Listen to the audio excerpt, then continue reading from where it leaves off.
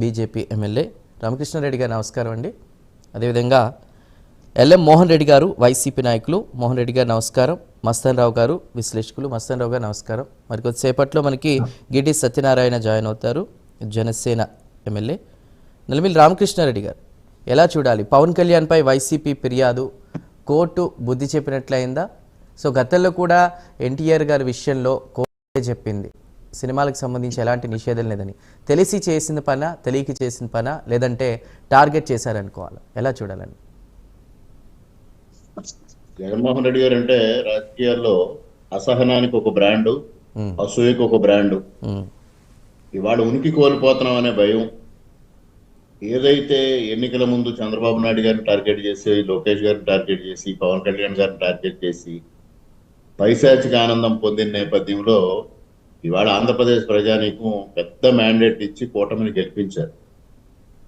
కూటమి కేంద్ర ప్రభుత్వం యొక్క సహకారంతో రాష్ట్రంలో అనేక అభివృద్ధి కార్యక్రమాలు కానీ, సంక్షేమ కార్యక్రమాలు, సేవా కార్యక్రమాలతో ముందుకెడుతున్న నేపథ్యంలో భవిష్యత్తులో తన పార్టీ ఉనికి కానీ, తన ఉనికి కానీ ఉండదు అనే భయం జగన్మోహన్ రెడ్డిలో స్పష్టంగా కానవస్తా ఉంది.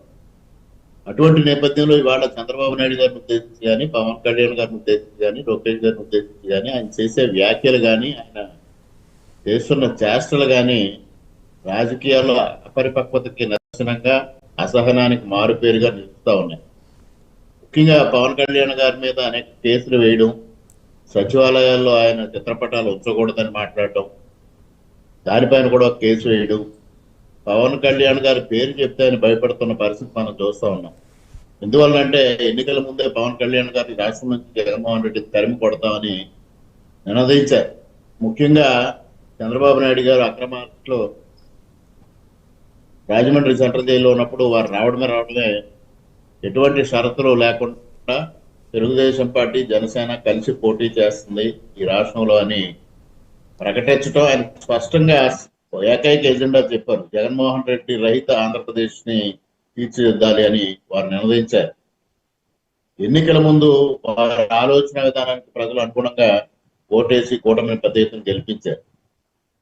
తదుపరి ఇవాళ జగన్మోహన్ రెడ్డి రహిత ఆంధ్రప్రదేశ్ రాష్ట్రం అంటే పూర్తిగా ఈ రాష్ట్రం నుంచి ప్రజలు జగన్మోహన్ రెడ్డిని ఎలిమినేట్ చేస్తారనే భయం జగన్మోహన్ రెడ్డిలో స్పష్టంగా కానవస్తా ఉంది.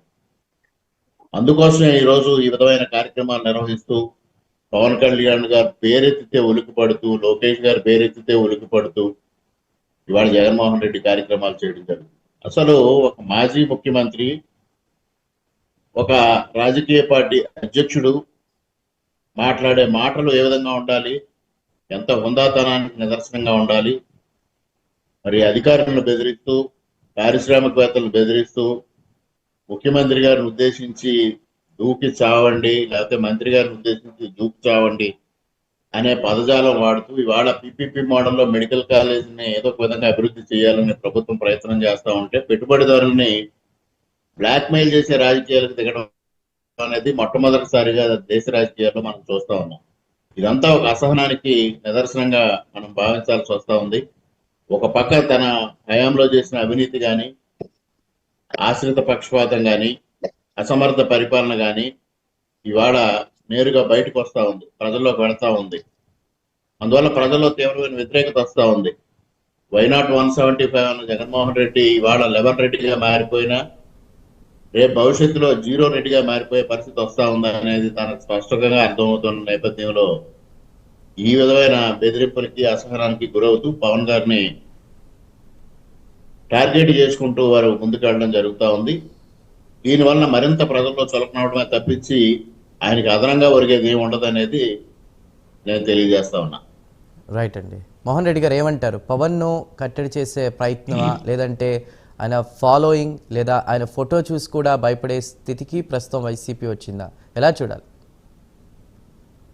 నమస్కారం అండి రాజు గారు, మీకు ప్యానెల్ పాల్గొన్న పెద్దలకు, చూస్తున్న వీక్షకులకు అందరికీ హృదయపూర్వకంగా నమస్కారాలు తెలియజేసుకుంటూ, మోహన్ రెడ్డి గారు కళ్యాణ్ గారిని చూసి భయపడాలి.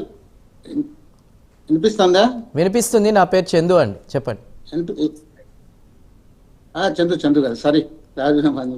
చెప్పండి. పవన్ కళ్యాణ్ గారిని చూస్తే మామూలుగా భయపడాలి. ఎందుకు భయపడాలంటే ఒక డిప్యూటీ సీఎం గా ఉండి జనానికి ఆదర్శంగా ఉండాల్సినటువంటి పవన్ కళ్యాణ్ గారు జుట్లు ఇటు పెంచుకొని ఇటు ఆలేసుకొని ఇట్ అనుకుంటా ఇట్లా అంటే వచ్చి భయపడాలి కదా. ఏమో ఎక్కడో ఏం చేస్తాడో, చెప్పులు తీసుకొని ఊపి చూపించేవాడు, అత్తపతాలనికి తొక్కేసేవాడు, ఇలాంటి వ్యక్తిని చూస్తే ఏం జరుగుతుందేమని భయం ఉంటుంది.